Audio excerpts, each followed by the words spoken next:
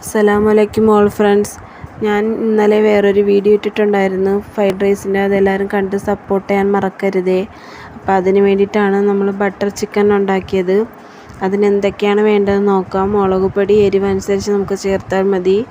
അതിൽ നമുക്ക് ഗരം മസാലയും തൈരും ഇഞ്ചി വെളുത്തുള്ളി പേസ്റ്റ് ആവശ്യത്തിന് ഉപ്പ് ഇതെല്ലാം കൂടി നമുക്ക് മിക്സ് ചെയ്ത് കുറച്ച് സമയം ഒരു 15 മിനിറ്റെങ്കിലും നമുക്ക് അടച്ച് വെക്കണം.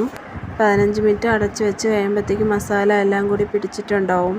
അപ്പോഴത്തേക്ക് നമുക്ക് അടുപ്പത്ത് കുക്കർ വെച്ച് അതിൽ 2 സ്പൂൺ ബട്ടർ ചേർത്തിട്ട് ഏലക്കായും പട്ടയും ഗ്രാമ്പും ഒരു 4 സവാളയാണ് ഞാൻ ചേർത്തിട്ടുള്ളത്.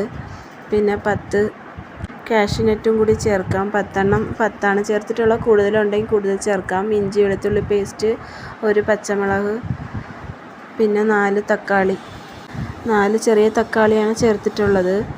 അത് നമുക്കൊരു 2 വിസിലിട്ട് വേവിച്ച് വയ്ക്കാം ആറാനായിട്ട്. എന്നിട്ട് അതിൽ കിടക്കുന്ന പട്ടയും ഏലക്കായും മാറ്റണം. കാരണം ഒത്തിരി അത് കടുത്തിട്ടിരിക്കും. അതുകൊണ്ടാണ് അത് മാറ്റാൻ പറയുന്നത്. അടുപ്പത്ത് ഒരു പാത്രം വെച്ചിട്ട് അതിൽ 2 സ്പൂൺ ബട്ടർ ചേർക്കാം. എന്നിട്ട് ചിക്കൻ എല്ലാം കൂടി നമുക്ക് അപ്പുറത്തും ഇപ്പുറത്തും കൂടി മറിച്ചിട്ട് ഒന്ന് വറുത്തെടുക്കാം. ഇത് റെഡിയാവുന്ന സമയം കൊണ്ട് നമ്മൾ നേരത്തെ എടുത്ത് വെച്ചിരുന്ന മസാല ആറിക്കാണും. അതൊന്ന് മിക്സിയിലിട്ട് അരച്ച് പേസ്റ്റാക്കി നമുക്കൊരു പാത്രത്തിൽ ഒഴിക്കാം.